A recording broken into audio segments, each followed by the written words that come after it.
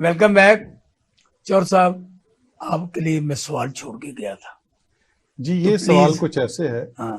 कि जब मैंने जंग अखबार ज्वाइन किया 1990 की ये बात है, उससे पहले जंग हाउसिंग स्कीम की बातचीत चल रही थी।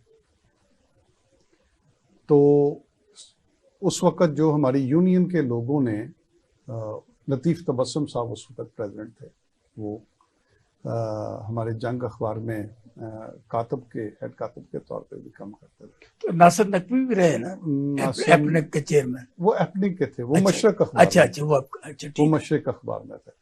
तो जंग वर्कर यूनियन ने इसके ऊपर सबसे पहले वाइट पेपर भी एक शाया किया था उन वक्तों में, और उसमें पहली बार हमारे इल्म में आया कि कोई जंग हाउसिंग स्कीम, जंग वर्कर्स हाउसिंग स्कीम बनने जा रही है और तमाम वर्कर्स को 3-3 मरले और 5-5 मरले बड़ी के खुशी प्लॉट की बात। मिलेंगे। हाँ। तो ये बड़ी खुशी की लहर थी और बड़ी खुशी की बात थी।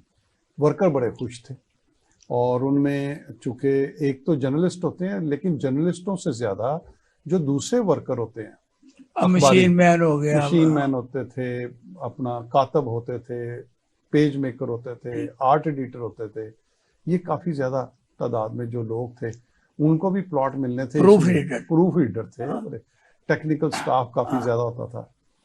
तो कंप्यूटर ऑपरेटर भी बाद में आ गए, फिर लीड मेकर होते थे, खुशनवीस होते थे उसमें, और ये बड़े कमाल के आर्टिस्ट लोग थे, बड़े बाकमाल लोग थे। तो जंग में इनकी तादाद भी काफी ज्यादा थी। तो ये चीज हर कोई आस लगा के बैठा हुआ था कि हमें प्लॉट मिलेगा, और ये बहुत ज्यादा चैम गोइयां होती थी। फिर अचानक हमें पता चलना शुरू हुआ कि जनाब अब वो प्लॉट नहीं मिलेंगे। अच्छा। तो असल बात का उस वक्त किसी को पता ही नहीं चल रहा था। तो लतीफ़ तबस्सुम साहब ने, अताउल्लाह चौधरी साहब उस वक्त यूनियन के जनरल सेक्रेटरी थे, उन्होंने बताया कि जनाब हुआ ये कि वो हाउसिंग स्कीम के लिए जो जगह थी ना, वहां पे तो घर बन रहा है मीर शकील उर रहमान का। तो वो सारे बड़े परेशान हुए कि जो हाउसिंग वर्कर्स, जंग वर्कर्स के लिए जो हाउसिंग स्कीम बन रही थी, वहां पे शकील साहब का घर कैसे बन सकता है। तो इस गुत्थी को पहले कोई समझ नहीं आ रही थी कि ये हुआ क्या।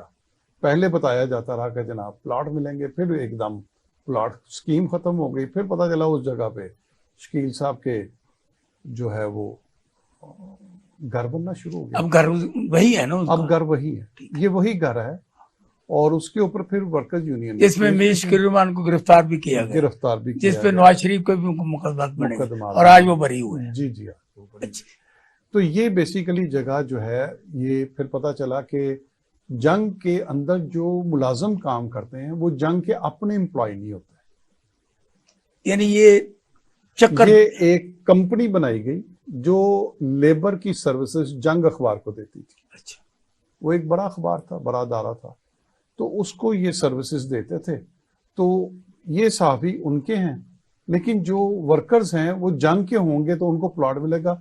वो वर्कर्स कौन थे, उन्होंने वो पता चला कि वो वर्कर्स ने वो प्लॉट मीर शकील रहमान को बेच दिए। ये सारा अमल कैसे हुआ ये किसी की समझ में नहीं आया। बाद में पता चला कि जनाब उन्होंने परफॉर्मा फिल करा के वर्कर्स के राइट्स उनसे ये प्लॉट खरीद लिए और वहां पे उन्होंने अपना घर बना लिया। तो बेसिकली तो इस बारे में फिर चीजें खुल के सामने नहीं आई। फिर जब नवाज शरीफ का दूसरा दौर आया, जब वो वजीर, उनके जंग अखबार के साथ शदीद किस्म के इख्तलाफात सामने आए, और एक वक्त आया कि उन्होंने जंग अखबार के इश्तिहार भी बंद किए, उनका कागज बंद कर दिया। जंग अखबार 12 सफ़ों की बजाय सारी मराहत खत्म कर दी और 4 सफ़ों पर छपना शुरू हो गया। यहाँ तक उसके ऊपर पाबंदियां लगाई। पता मुझे। और उन वक्तों में जो मुकदमात किया गया, उनमें फिर ये मुकदमा उस वक्त बना, ये मुकदमा नवाज शरीफ के दौर में बना मीर शकील उर रहमान के ऊपर। अच्छा। इस घर का ये नवाज शरीफ ने बनाया, ये उस दौर में बना था। अच्छा। लेकिन फिर जब दोबारा उसके यानी कि कम से कम कोई 20 साल के बाद इमरान खान के दौर में इस केस को फिर दोबारा रिप्रोड्यूस किया गया।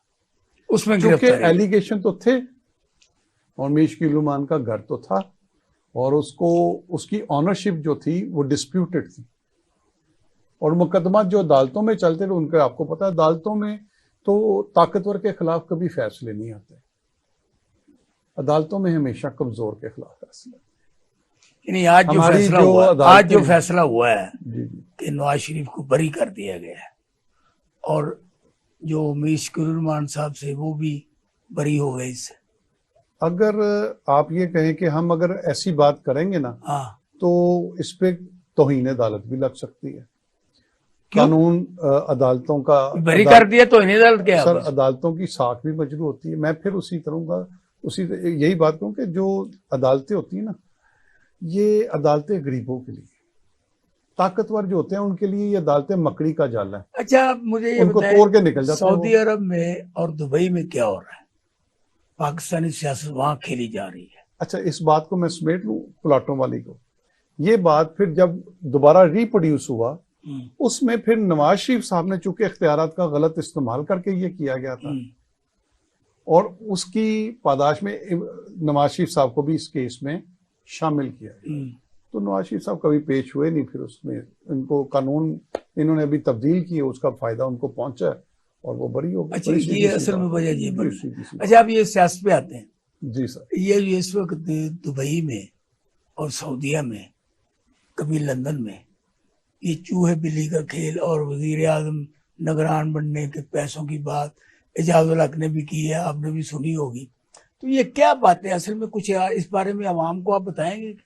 सर इसमें कुछ बातें जो मेरे इल्म में है मैं आपको बताता चलूँ।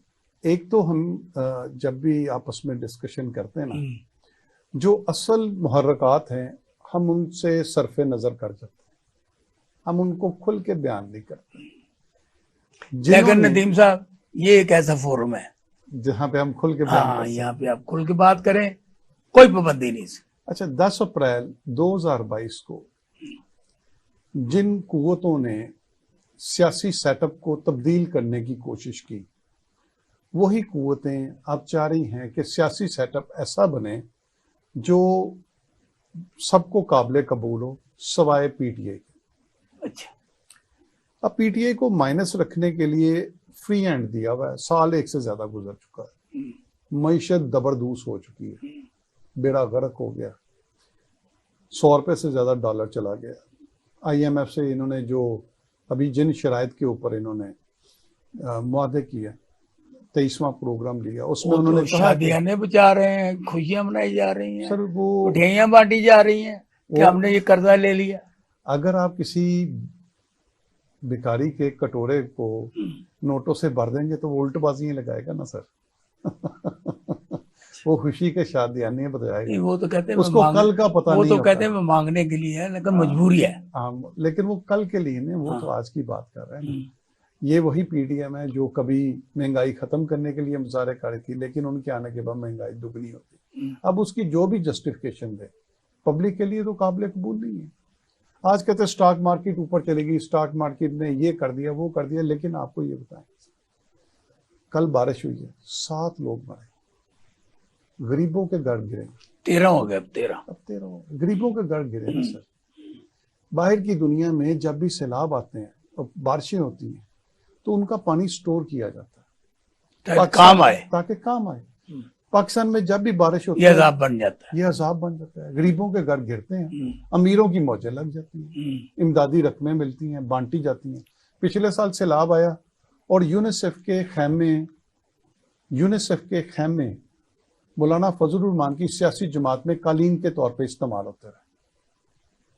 यूनिसेफ की इमदाद सिंध की गली कूचों की दुकानों पे सिंध की इमदाद बिकती रही। वो जो खाने पीने की अशिया थी, मौलाना फजलुर रहमान पे जो आप इल्जाम लगा रहे हैं, सर इल्जाम नहीं प्लीज, तो ये तो तस्वीरें सोशल मीडिया पे इल्जाम जो लगा रहे हैं, वो कहते हैं कि हमने तो कभी एक पैसा नहीं खाया। सर अब अगर वो ऐसी बात कहते हैं जो आंखों आपको हो गया चढ़ते सूरज को, तो अमरीकी सफीर से ये कहा था कि मुझे वजीर आज़म बनाओ, मैं इनसे ज्यादा आपको मराहत दूंगा। उस मौलाना फजलुर रहमान की आप बात कर रहे हैं। अब मौलाना फजलुर रहमान के बारे में तो बहुत सी बातें हैं, मैं मुख्तसर सी सिर्फ 2 बातें कर दूंगा कि जनाब मुख्तसर सी 2 बातें कि मौलाना फजलुर रहमान साहब जो हैं, उनके एक समधी जो है वो गवर्नर है, ठीक, बेटा उनका वफाकी वजीर है, बाकी के लोग आधे से ज्यादा उनके रिश्तेदार को, वफाकी वजीर को, ये कोई वो MNA भी उनकी बहन है, है। सब कुछ है।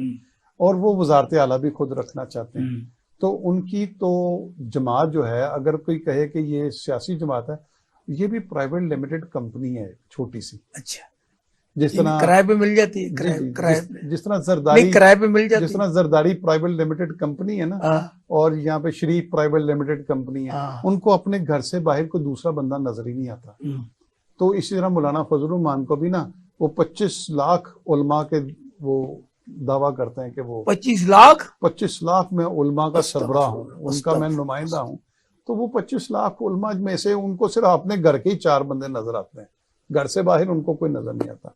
खैर, उनके अमाल उनके साथ हैं, उन्होंने भी अल्लाह ताला को। अच्छा, आप जरा पाकिस्तान की जो सियासत है ना, जरदारी और नवाज शरीफ के दरमियान, इस पर जरा लोगों को बताएं। जो लोग बड़े परेशान हैं। ताज़ा तरीन मेरे पास ताज़ा तरीन जो इंफॉर्मेशन है, बज़ाहिर तो यही कहा जा रहा है कि ये अपने आपस में एतमाद साजी की फजा कायम हो गई है। कुछ लोग बदरबाट कह रहे हैं।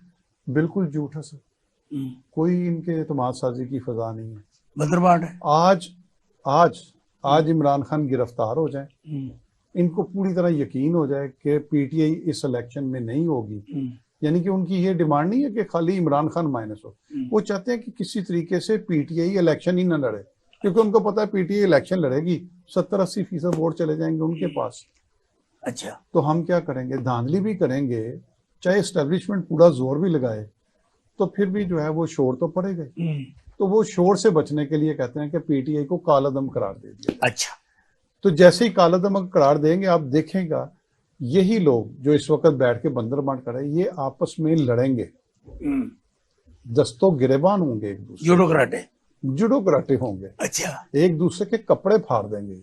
ये माजी के हरीफ हैं, ये अशरों तक लड़ते रहे हैं, एक दूसरे के तमाम मुकदमा जो अदालतों में 90% तो इन्होंने एक दूसरे के खिलाफ। भाई, अब तो बिलावल के वजीर आज़म बनने की, मरियम नवाज के वजीर आज़म बनने की बातें हो रही, और चौथी दफा वजीर आज़म बनने की ख्वाहिशमंद है। जो मेरी मालूमात है, जरदारी साहब के बड़े करीब तरीन जराये से मुझे मालूम है, उन्होंने तो कहा है कि आप भूल जाएं कि मरियम नवाज को कोई किरदार अदा मिलेगा, जिसके ऊपर मियाँ साहब ने बिलावल के ऊपर नुक्ता एतराज पेश किया। उन्होंने कहा कि बिलावल जो है वो अनफिट है, उसको किसी भी सूरत में नहीं, जो भी है। उन्होंने कहा कि वो अभी इमेच्योर है। अच्छा, वो मैच्योर नहीं है इस किस्म की। तो नानी तो वो भी इसी तरह, जिस तरह उन्होंने कहा, उन्होंने भी कहा। अब ये किसी जगह पे इनकी सेटिंग नहीं हुई। अलबत्ता ये जरूर है कि जहाँ पे इमरान खान खड़ा होगा या उसके अहम लोग, तो वहां पे सीट एडजस्टमेंट जरूर होगी, पीडीएम वहां पे मिलकर इलेक्शन लड़ेगी। अच्छा। एक तो ये चीज इस हद तक तो इत्तेफाक है। क्या आप देख रहे हैं कि आइंदा जो इलेक्शन होंगे वो इमरान खान के बगैर होंगे? सर 100% मुझे नजर आ रहा है। देखिए, इस वक्त अगर हम सियासत को जिस अंदाज में देखते आ रहे हैं, तमाम कंट्रोल जो है वो नामालूम अफराद के हाथ में। ठीक है।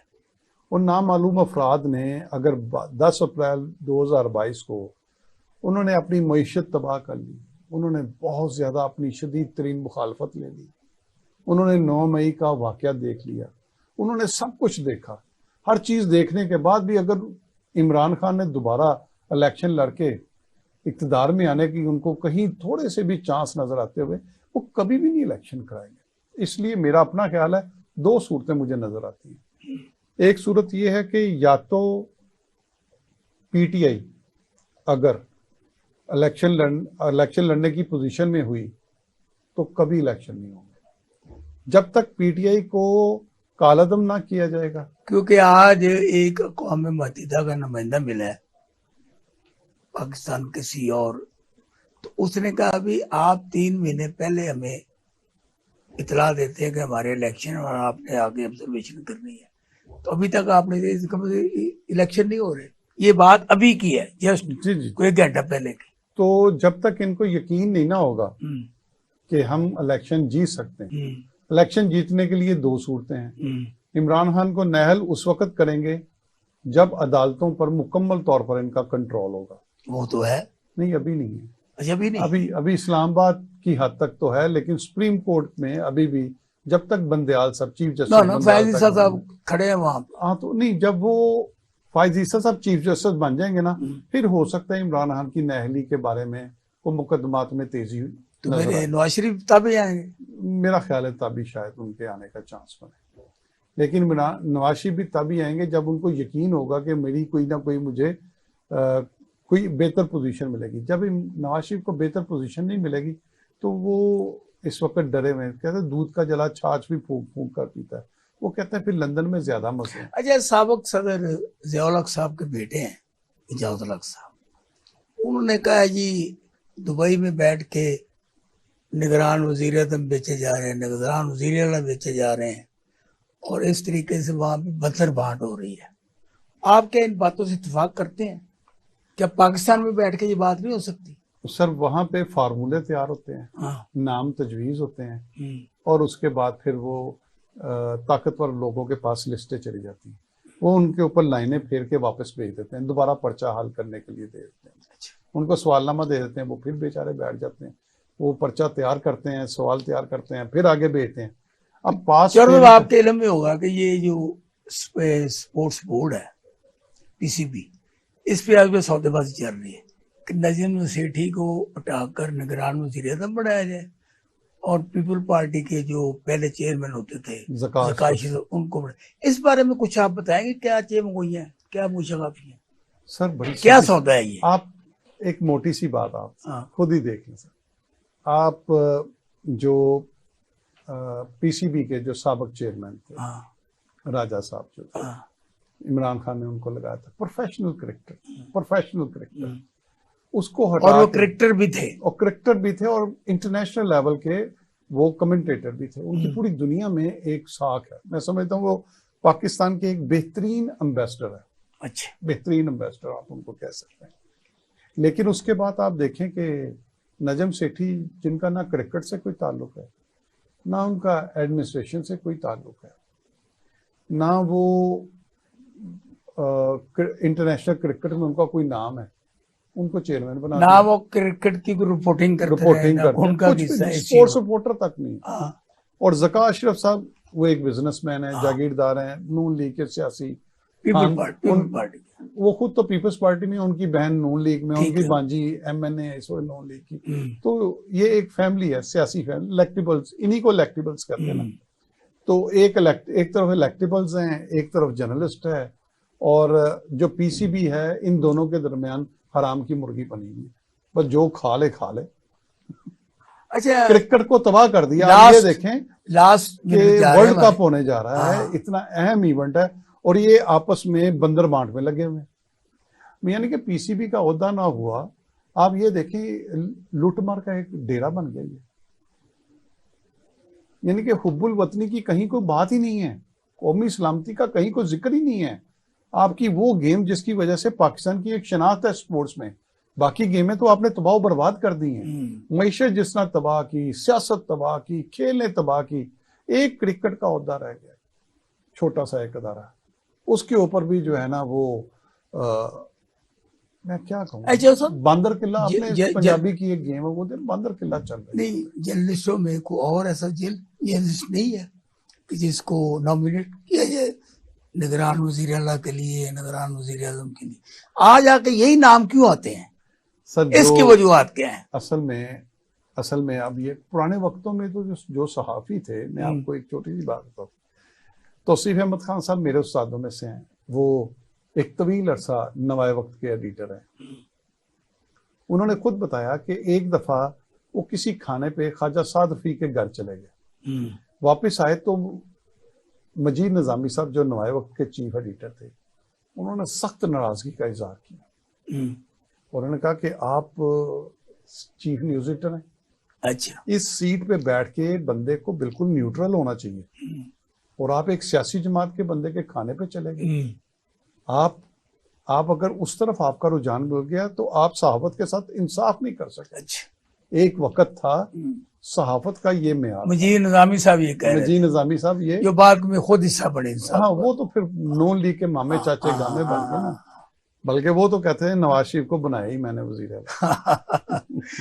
ये तो खैर एक अलग स्टोरी। चौर साहब, ये जो हम गुफ्तगू है ना आपके साथ, इतनी प्यारी और इतनी दिलरुबा हो रही थी कि मेरा तो दिल चाह रहा है कि हम 3-4 घंटे बैठकर इस पे गुफ्तगू करें, लेकिन वक्त की कैद है। इसलिए मैं आपसे और अपने नाज़रीन से इजाज़त चाहता हूँ। आपने फैसला करना है कि मैंने जो सवाल किए उसका नदीम चौधरी साहब ने कितना अच्छा जवाब दिया और कितना अवाम के लिए उन्होंने वो बातें की जो मुझे और अवाम को इल्म में नहीं था। मुझे और नदीम चौधरी साहब को इजाज़त दीजिए। अल्लाह हाफ़िज़।